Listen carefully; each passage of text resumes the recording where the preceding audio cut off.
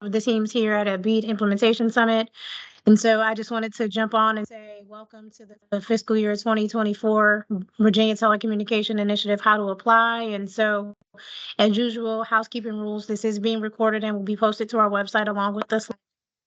Also, if you all have any questions throughout the presentation, please make sure you put it in the chat and the team will get to the questions at the end.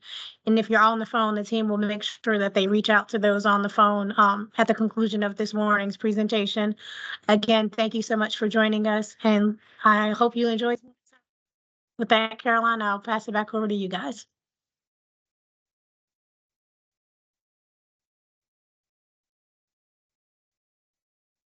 Thanks, Tamara. So just a quick overview of our office, and then we'll dive right into what you all came here for, and that's to discuss VATI 24 and how to apply. So the Virginia Telecommunication Initiative, or VATI. So the program extends broadband service to currently unserved areas. We prepare communities to build, utilize, and capitalize on telecommunications infrastructure with the goal of creating strong, competitive communities. This is just sort of a look at all previous VATI funding years. So FY 2017 to 2023, we received 235 applications, which amounted to about $1.2 billion in requested funds. The program awarded $935 million and leveraged through match $1.2 billion. This resulted in over 388,000 locations in project areas, and that's 87 projects awarded across 80 localities. Just a quick glimpse at our most recent year, 2023 specifically, we received 35 applications from 50 localities, equaling $302.1 million in requested funds. We awarded $59.5 million, including one letter of intent, and the funding year leveraged $118.6 million in match. We welcomed 5 new localities to the program last year, which we're happy with. We're hoping to welcome more new localities to the program. And once all is said and done, the 2023 program will amount to 27,771 new connections. For FY24, so this coming funding year, we have $49.7 million available that we'll be awarding. So here's a glimpse at VATI projects throughout the funding years. It can be a little difficult to decipher, but as you can see, VATI has reached every region of the Commonwealth, which we're proud of, and we hope that it continues to spread. So with that, I'm going to hand it over to Chandler, who he's going to discuss some of the new changes to the guidelines this year. Good morning, everybody. Chandler Vaughn, Senior Policy Analyst in the Broadband Office. It'd be tough to start this guideline section without acknowledging that we haven't yet posted the final guidelines for FY24 VATI guidelines and criteria. Working through the final rungs of approval there, and hope to get that out soon. We're going to go over the changes today in full. So, given a preview of what's going to be in that document for you to read, I wanted to acknowledge that and be transparent there. Looking forward to working with localities, broadband providers this year. Of course, we've said it before. There were $50 million available in the FY23 round. We had about $150 million more of good projects on the table that we just couldn't get to. So we're looking forward to working with you guys again this year and under the BEAD program separately to make sure we get to these the well-designed, shovel-ready, ready to fund projects to get to these last 162,000 locations that are unserved and don't have funding to get there. So with that tranches into the BEAD program. We've talked a lot about this on other webinars with the BEAD program, but under the VATI side of this specifically, we think the wisest investment of state general funds can be in areas that may not be BEAD eligible. So areas that have federal funding that would be accelerated with state general funds, which are ineligible for BEAD. Areas where it requires technology solutions other than fiber to the home to reach the unserved. These guidelines, and if we can go to the next slide too, on the key points, it covers how we want to be flexible with state general funds to be able to complement the BEAD program. We encourage folks to apply for both funding sources. Of course, there's different eligibility about who can apply for BEAD versus VATI, but we'd encourage localities to come in with their #1 preferred broadband provider partner under VATI for state general funds. We'd also encourage that internet service provider to come in for BEAD in the same areas. So just want to make that clear that the two programs are going to be conducted separately, but when we get to an ideal scoring timeline and an evaluation timeline of somewhere next summer, early summer, late spring, we can make wise investments based on what's eligible and what's not for state general funds versus BEAD. Glad to provide technical assistance on that moving forward as an office. So let's go to the next slide. Project financing. This is a new one. Was not in the previously issued guidelines for public comment. We've eliminated. You had to be unsuccessful in a previous VATI round to count prior expended match to your project. This comes with an acknowledgement that the American Rescue Plan funding deadline to at least obligate those funds is coming up pretty fast, December of 2024. We don't want to have any kind of unnecessary pauses for folks to go ahead and use those dollars in a wise way. And if you do use those American Rescue Plan funds that are left in your accounts unobligated to fund broadband deployment projects, you'll now be able to account that towards match for your VATI applications, as well as any other county general funds that you may apply to broadband deployment. But previously, you had to have been unsuccessful in a previous round with the same ISP partner. That requirement is now removed. You can come in for the first time with a new partner, broadband provider, and count those prior expended funds as matched for your application. Check the guidelines when they come out that have specific dates about the as of those matching expenditures. Next slide. This one's also new. Would again encourage folks to read the details of this on our guidelines once they are released. But the CAF2 auction, Connect America Fund 2, was the predecessor to the RDOF funding auction. CAF2, unlike RDOF, did deliver what, in our opinion, is the funding necessary to build out these locations, but we're getting a picture of what areas might be left behind or on the caboose of the 6-year build-out obligation of this Connect America Fund auction. So we wanted to provide a window for state general funding to be used in partnership with another broadband provider to reach these CAF2 areas that are either at year 6 of the caboose build-out for these award obligations or may not be built out whatsoever. So we've outlined some conditions that would make CAF2 areas eligible for state general funds. For one, the CAF2 areas could not have yet been constructed. The CAF2 awardee and the VATI co-applicant cannot be the same broadband provider partner. That's because in our opinion, CAF2 funds were enough to build out the areas on their own, unlike RDOF. So there should not be any acceleration funds or supplementing funds for the CAF2 auction with state general fund dollars. And 3, the project timeline of the VATI award must be have a sooner deadline than the CAF2 obligation. If those 3 things are true and it's a high scoring application, we can provisionally award those funds to a CAF2 area as long as the Federal Communications Commission, which oversees the CAF2 program, agrees to release that CAF2 winner with a penalty-free option. So a lot of things to line up there, but want to acknowledge that we're trying to get ahead of CAF2 and performance. If anything's left out there on the table, we want to make sure that there's a backup option for these areas, and we believe these guidelines accommodate that this year. So let's go to the last slide here. This is the actual language. Next slide.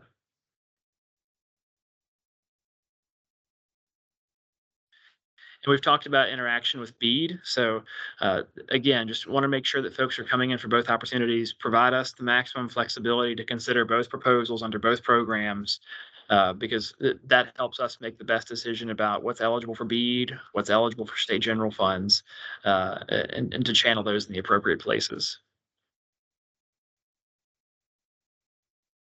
And the last thing, this was something that was proposed in public comment, and now we're slated to adopt, and that's to include information from the applicants and co-applicants about the efforts to mitigate any make-ready or otherwise permitting requirements that would be required to deploy the network. So we recognize this is a big issue out there in the field now, and want to make sure that applicants and co-applicants are thinking about it, doing what they can to go ahead and take on those conversations and negotiations for any permitting that's needed, and tell us about that in your application, so we can score that appropriately to the efforts that are being done.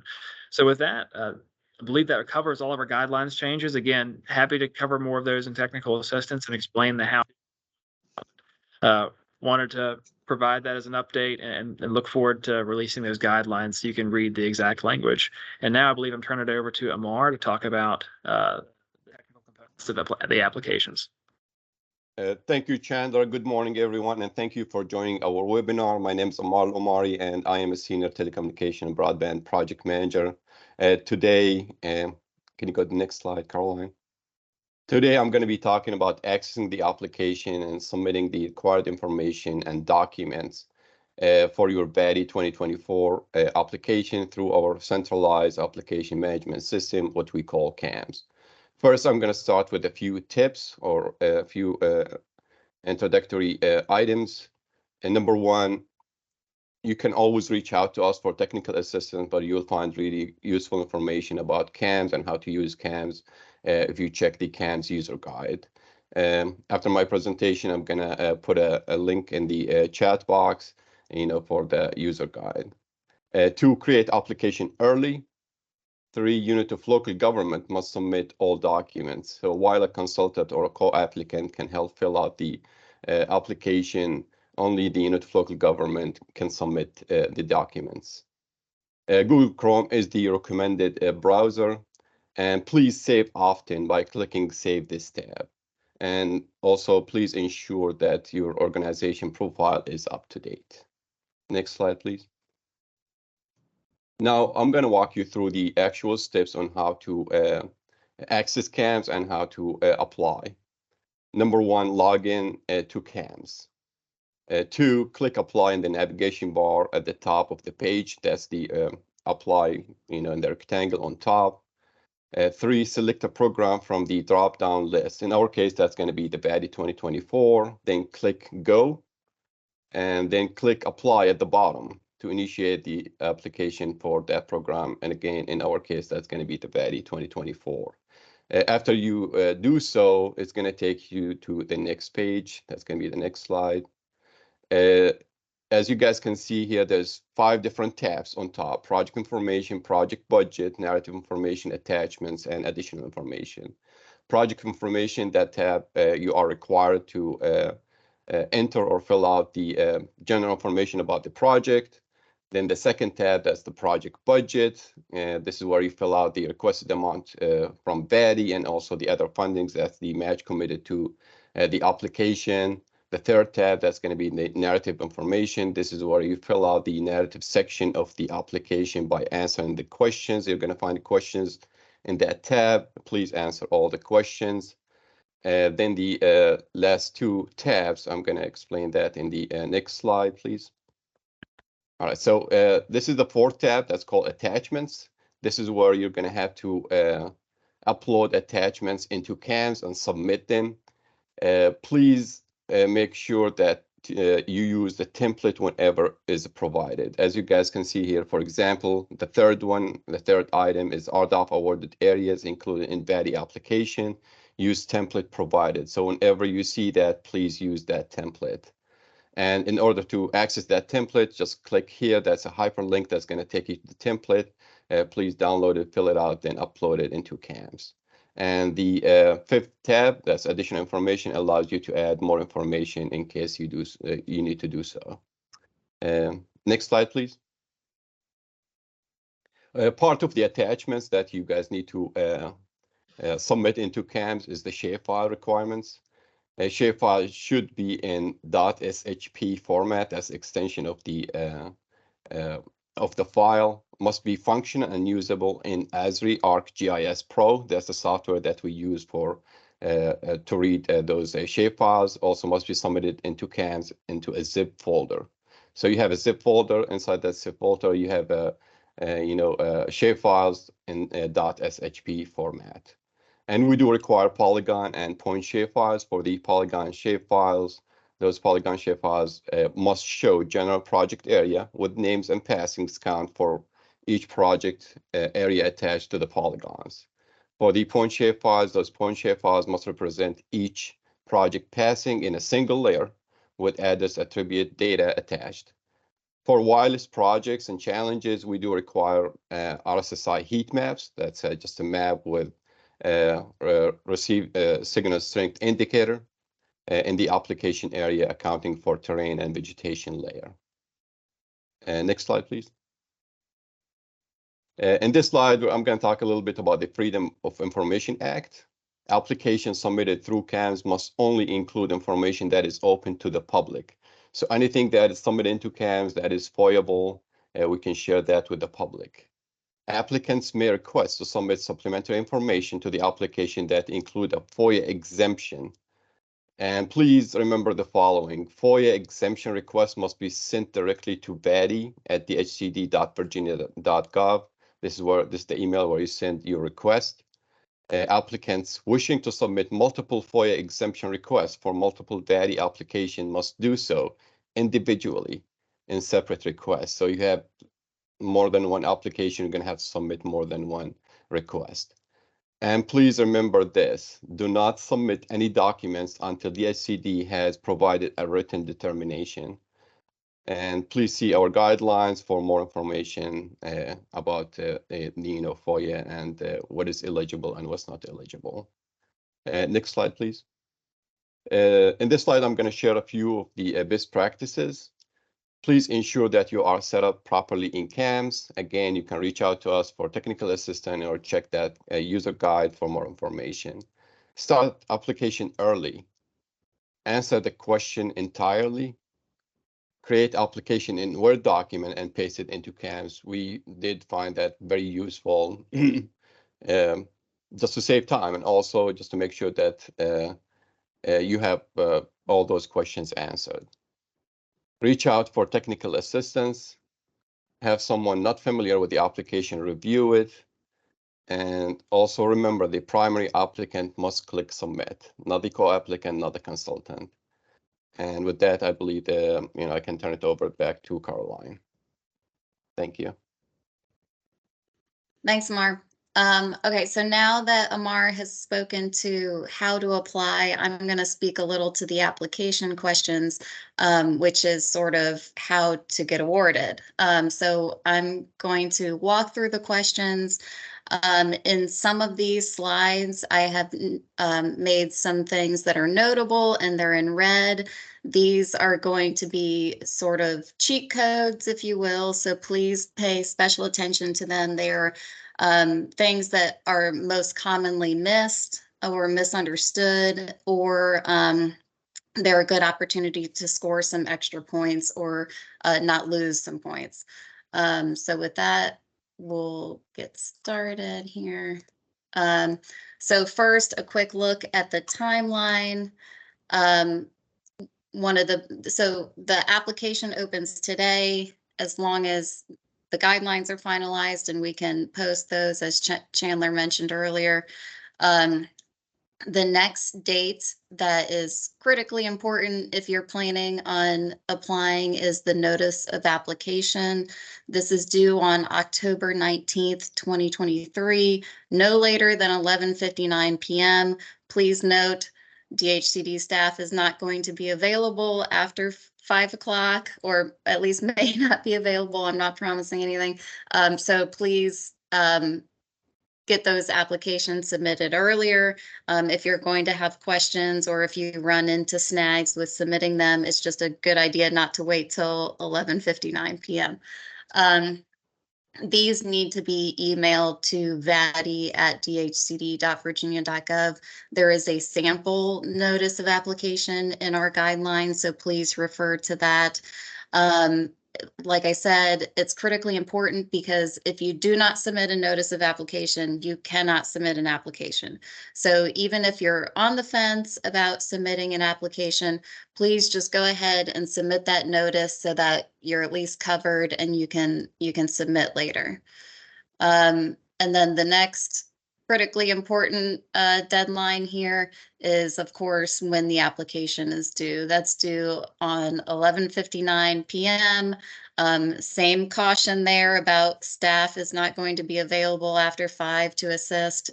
And that's due on December 19th. And this one needs to be submitted through CAMS. So just as Amara walked you through how to submit an application, that's all going to go through CAMS, but get your notice to us through the email.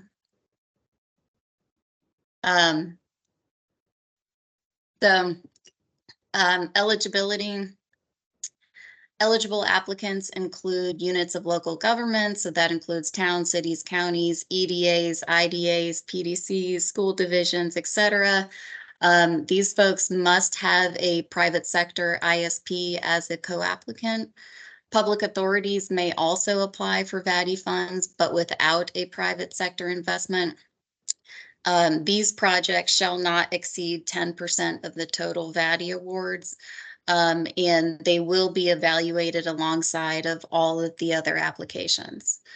For eligible areas, our unserved areas are considered to be areas with speeds below 100 megabits per second download and 20 megabits per second upload. Areas lacking 25/3 will be given significant priority in scoring. In terms of overlap for wireline projects, there is a 20% or less allowable overlap, and that's for serviceable units that have access with no special construction cost. Similarly for wireless projects, but it's a 25% allowable overlap, and that's passings with RSSI below negative 90 dBm are not eligible to be included in a VATI application. So a look at the breakdown and how it's scored. So 4 different categories. Obviously, budget and cost appropriateness is the bulk of the scoring. There is still a priority for cost efficient projects. And lower state cost per passing. But I'm going to walk through each one of these categories and discuss what will be required, as well as, like I had said, some of those cheat codes. So first up, project description and need. You will need to submit your project area map. I have included 2 examples here. On the bottom, we have a wireline example, and then to the right, a wireless example. You'll note I included these because they are good examples of maps. They have good detail to them. You can see the name of the road. You can clearly see the outlined project areas, the signal for the wireless. You can see the individual passings. So these are the kinds of maps that we like to see rather than just shaded blocks. This gives us more information to go off of. You'll need to list the existing providers that are already in the project area, as well as the speeds that they offer. Any federal funds that are available in the area. Please do your due diligence here to research. All of these funding opportunities have websites and you can look them up. If you're having problems figuring that out, you can reach out to us for TA and we can help. But there is a list of the common federal programs in our guidelines you can refer to. And then describe your anticipated overlap. And then you will need to give us information about your total number of passings. We'll have a passings form. Please note that each individual project area, if you have more than one, will require a separate passings form. We want to know your number of passings requiring special construction costs. So for our purposes, special construction costs are any passing that has that significant setback from the road or the infrastructure that would require additional costs above and beyond your standard installation costs. And then finally, we have a passings form, as Chandler alluded to. RDOF passings can be included, but you'll need to break that out in that passings form.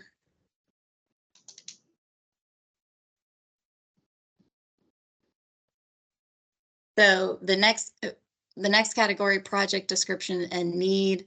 Explain to us your network design. One thing that we really like to see, hence the notable here, is scalability. So speak to how your network can be scalable for future needs. Provide your internet speeds that will be offered. And then one of a big scoring opportunity here is universal coverage. We have a lot of emphasis on submitting applications that will achieve universal coverage in the locality. So speak to one, if the project achieves universal coverage, and two, if you have a universal plan. So if your project will achieve universal coverage, great. Chandler, I see a hand up. I don't know if you want to wait for a second. Yeah, I'll wait. Yeah, go ahead. Sorry. All right. Just real quick. So, if your project's going to achieve universal coverage, clearly explain that to us. Don't make us make assumptions. Clearly say whether your project is going to achieve universal coverage. If it does not achieve universal coverage, but you do have a plan, speak to what that plan is. Let us know that you understand what the remaining needs are and how you plan on addressing those needs. Chandler, did you have something to add? Yeah, thanks, Caroline. Sorry, I didn't mean to cut you off there. Just as a note for folks online, this is more of a BEAD thing than VATI, but the two programs can talk to each other. In the coming days, once it makes it through the approval process, the location IDs of FCC fabric points that are unserved and underserved will be posted on the open data portal. Once it makes it through their approval process, that process is ongoing now.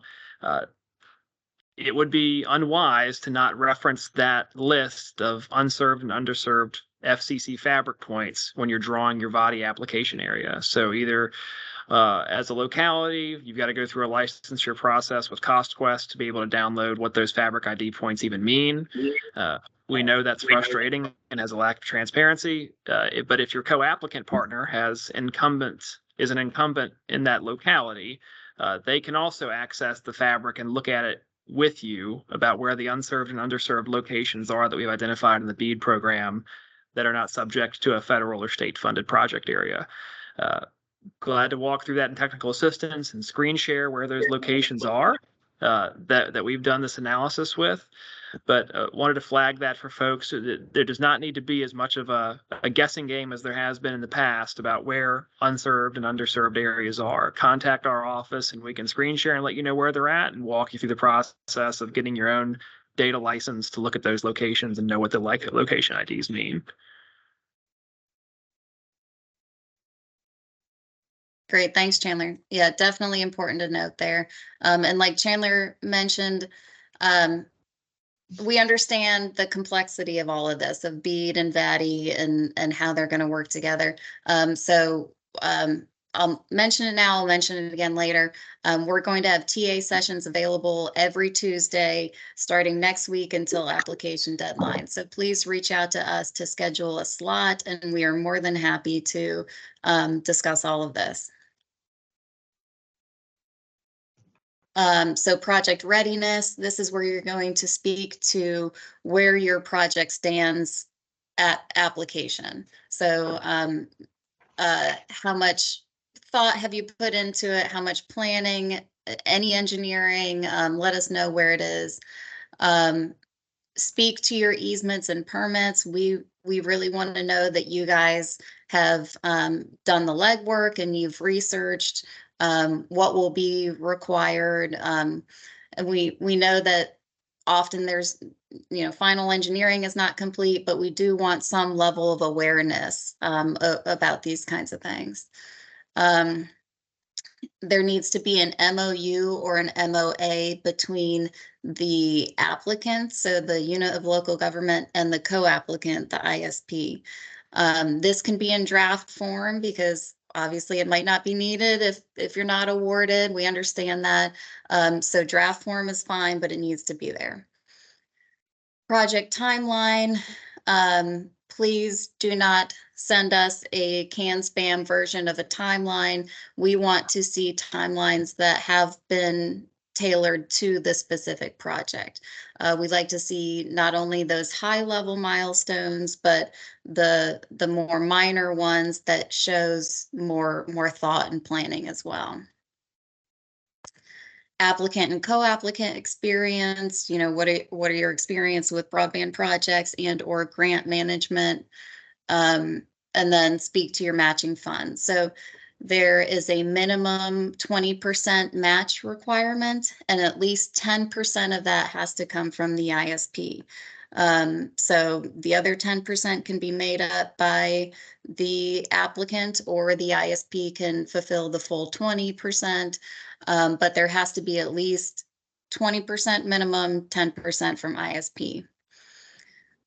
For prior expended match. So for local governments, expenditures incurred as of September 21st, 22 may be eligible as long as, or may be eligible as match as long as it pertains to the proposed project. Same thing for ISPs, but those are expenditures incurred after May 11th of 2023.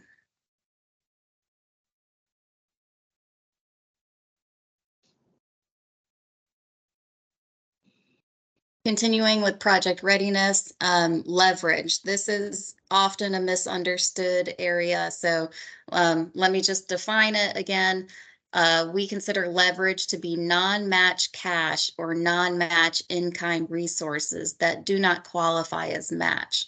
So examples are federal funds, federally funded projects that are in the area. These cannot count towards your match, but they can count towards leverage as if you're building off of those programs. Any kind of volunteer labor, in-kind local resources, if the locality is helping with the permitting or the marketing. This is an opportunity for you guys to get creative. We have seen a lot of creative examples of leverage in the past.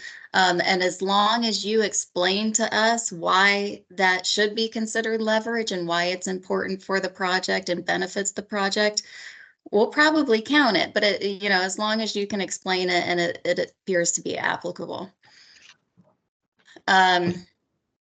Communication plan. Another one that is often misunderstood. We want to see communication plans that are not only involving the ISP, but also speak to the locality and the citizens. So how are you speaking to your board? How often is the project management team meeting? How are you relaying this information to citizens? The communications plan is not your marketing plan. This is not where you speak to your door hangers or anything. It's not that we don't care about your marketing plan. It's that it doesn't belong here. It belongs in marketing, which leads me to the next one. So for marketing activities should be both active and directed towards the project area. So the billboard that's 200 miles away isn't going to cut it for us for marketing to that project area. We like to see marketing activities that include reaching out to the specific residents or businesses in the project area. Door hangers, knocking on doors. I know not a lot of people like that, but at least it's, being active and direct. Town hall meetings are great, an opportunity where you can speak to your service, who you are, how it's funded, and opportunities on how to use it, which also kind of bleeds into digital literacy. So we have seen more and more ISPs provide digital literacy opportunities, which we like. Also, speak to your libraries. Most libraries have some sort of digital literacy program in place. And so you can, build a partnership with the libraries, get them involved, or if there's nothing in place, this is maybe a great opportunity, a great time to start one. And then project management, provide the list of members that will be on your project management team and what their specific role to the project will be.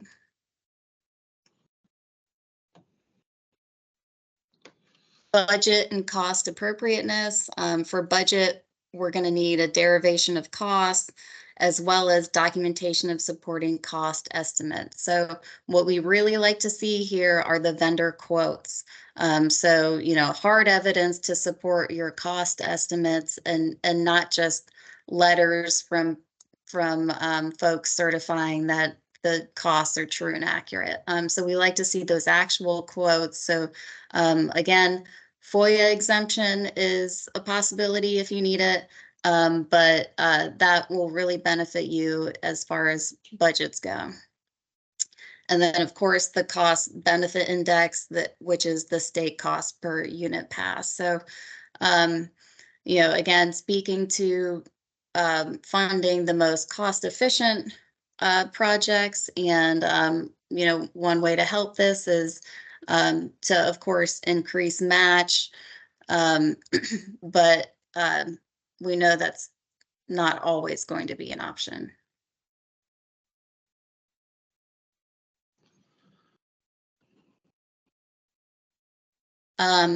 Finally, Commonwealth priorities. Within this category, we have your passings of significant impact. Those passings are folks that once connected, like businesses, CAIs, they will have a significant impact on the community. So if it's a community center, and that community center offers a lot of programs, and getting connected will have such an increase in usership or whatever the case may be, include that in here.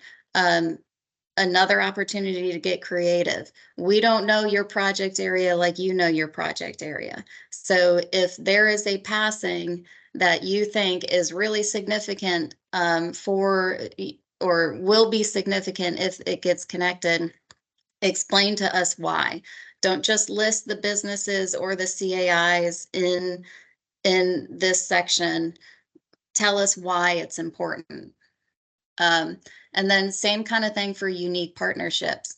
We don't know your project quite as well as you know your project. So if you have a partnership, maybe it's the community college, or maybe it's the public schools, they're going to help spread the word of the proposed project. Don't just list it, explain to us why it's important and applicable to the project. Digital equity is going to be, any low cost programs or federally subsidized programs. Sometimes localities have some of these efforts that can help ease the cost of connection. Supply and labor constraints. This has caused significant delays in some of our previous projects. So we want to hear from you guys as to how you're going to address these and mitigate these constraints.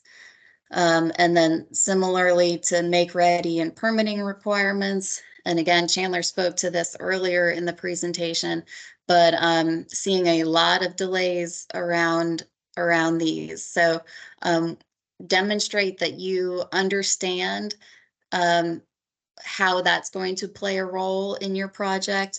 Demonstrate that you understand the cost requirement, the time requirement, And if you have a plan B, that would be wonderful.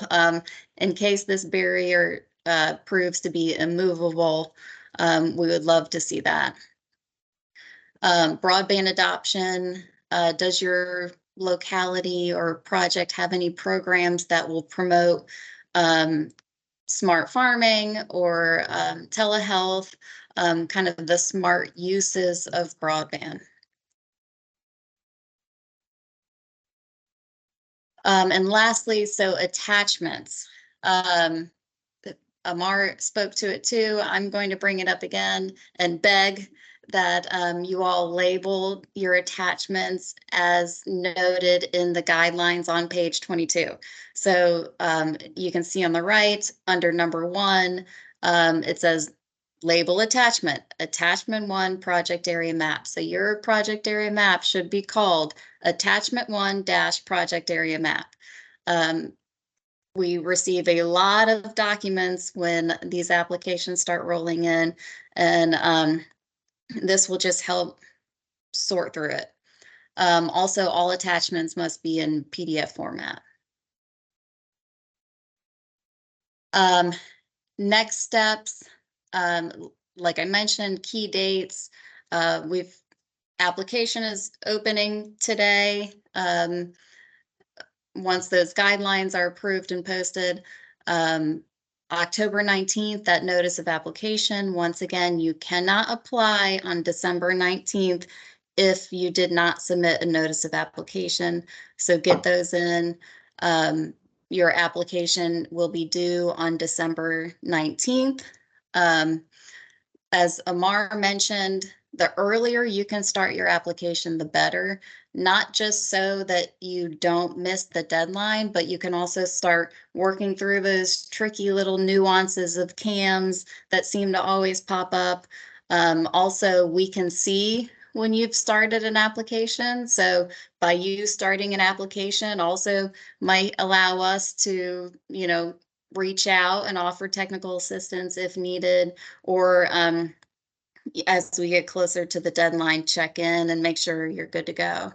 And then February 18th, challenges will be due. We will have posted all of the applications on our website. And so everybody can review them there and submit a challenge if need be. Our website is there. Again, technical assistance time slots will be available every Tuesday from next week until application deadline. So please reach out to VATI at dhcd.virginia.gov to schedule that. We are also sending out a constant contact that has that information in there as well. And then finally, if there are any questions, I'll review the, I don't see any in the chat. So if you have a question, please feel free to submit it in the chat or raise your hand and then you can come off the mic or come off mute.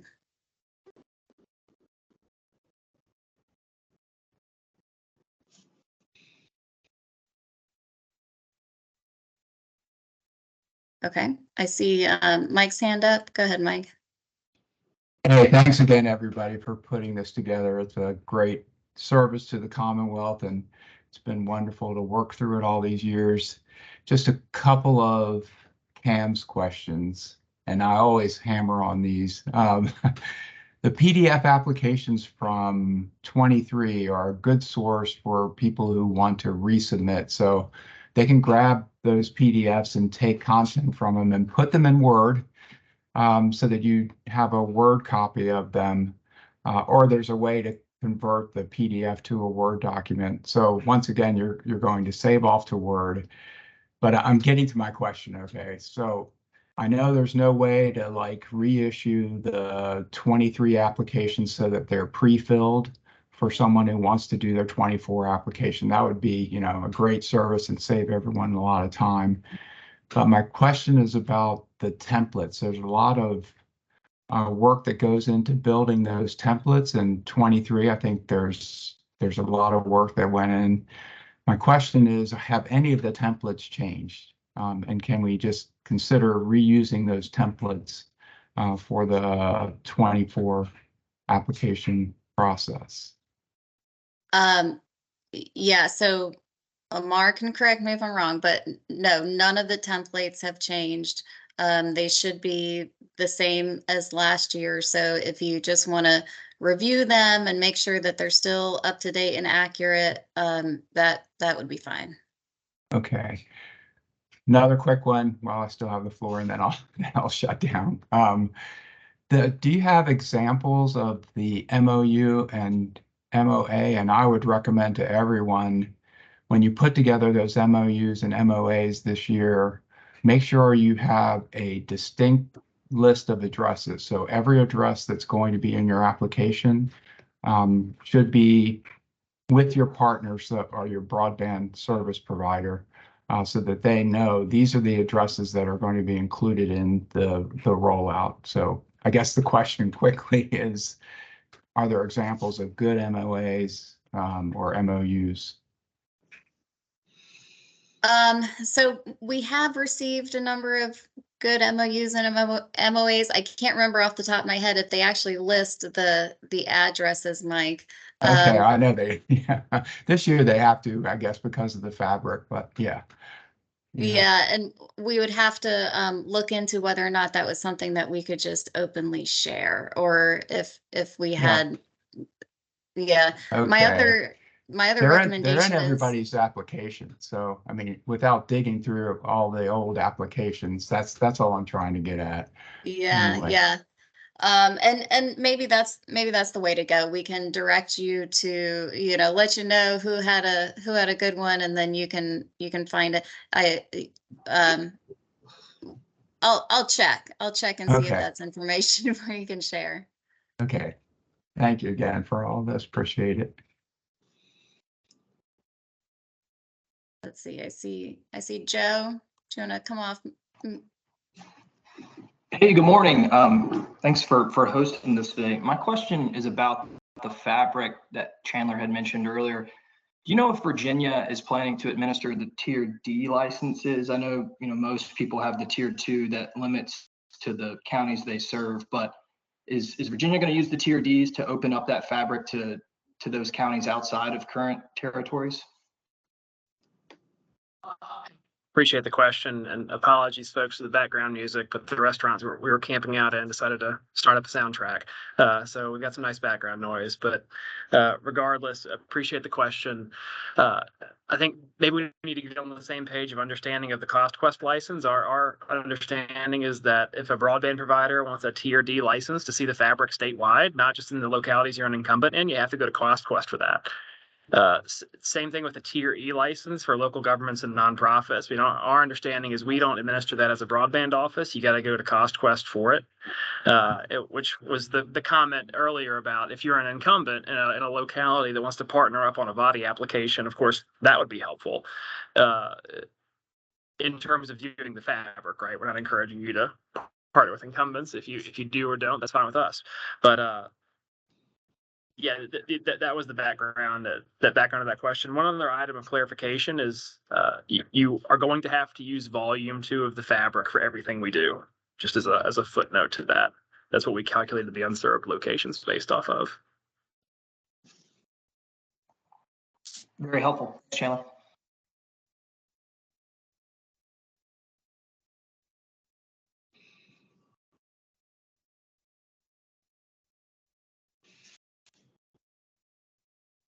All right. Are there any other questions?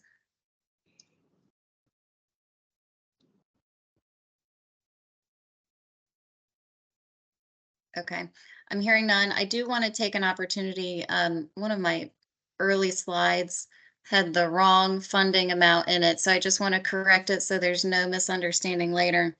The funding amount available for FY24 is 41.6 million due to that previous funding year. So 41.6 million available.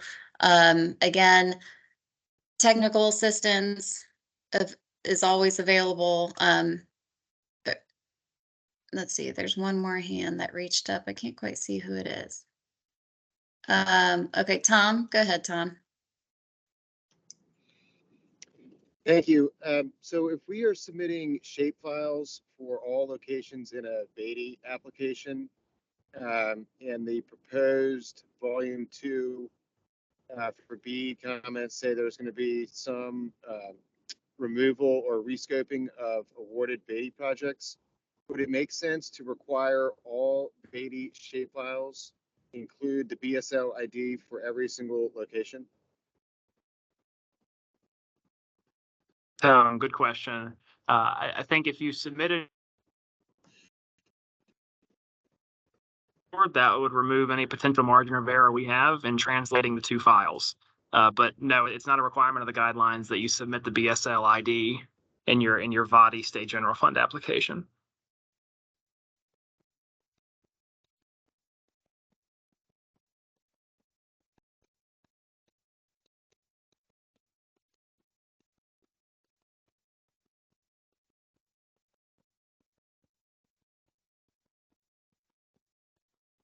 Let's see.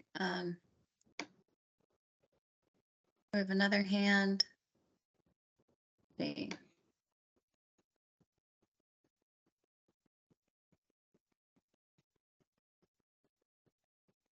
Let's go with Gorjan next. Apologies for mispronunciation. No problem. Thank you, Chandler. I want to ask if there is going to be a cost performance index besides the benefits index for this application.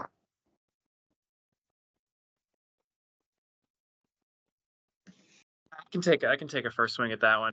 Okay. And the cost performance index, and this is, I mean, I know we're talking a lot about BEAD, right? But this webinar is meant to be for state general funds, and the Virginia Telecommunication Initiative program, as it has exists over the last 7 years now. Under this program, the cost efficiency is based on awarding the most cost-efficient application of each technology type, either wireline or wireless, with the maximum points available under that category. It's 125 points. And then the remaining less cost-efficient applications under each technology type receive a percentage of points available. So it's a little bit different under BEAD. We won't go into that BEAD scoring just for the sake of keeping the two programs separate, but the cost performance index under VATI is the two technology types are considered separately, and the most efficient application scored highest, with everybody else receiving a percentage of points thereafter. Understood. Thank you. Jimmy, I see your hand up. You want to come off mute?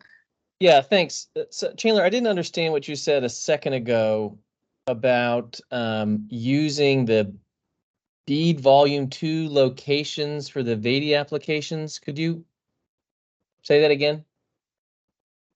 Sure. I mean, of course, a lot of localities will have recommendations about where a VATI application should be filled out, right? And it is up to the discretion of the applicant and co-applicant about where they apply for VATI funds. And then that goes through our challenge process. It's the design we've had for a while now, and we'll continue to run things through a challenge process after applications are received for VATI. Simply referencing the BEAD eligibility points as a reference for folks to consider in this process, I certainly think it makes sense as a starting point for VATI applications, and then adding in locations from that point on that the applicant and co-applicant might believe are also unserved. I mean, a big caveat there are locations that are subject to federal funding like RDOF. RDOF is not BEAD eligible because of the federal rules, but it is eligible for state general funding. So we'd encourage you guys to at least include that, consider those caveats, and make the decision with the local government about where you should be applying for state general funds, if that helps. So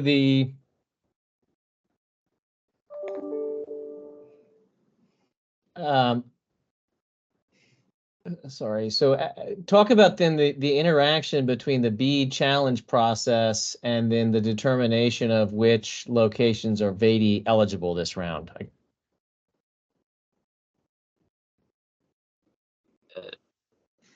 There will be minimal. The outcome of the BEAD challenge process is very likely going to be after the VATI application deadline. So, which is why we're recommending just referencing those BEAD eligible points as a starting point to include those at least at a minimum in your VATI application for state general funds.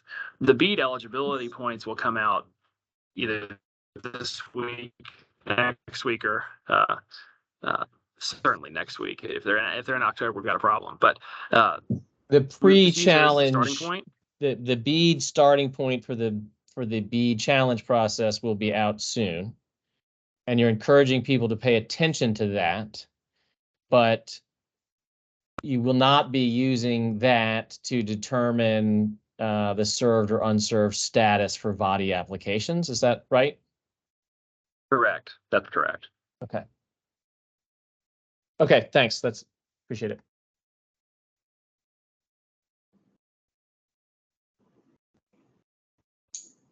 Tom, is that a new question or an old hand?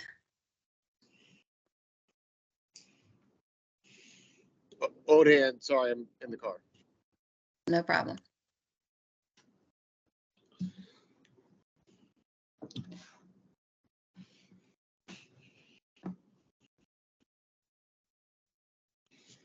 Are there any other questions?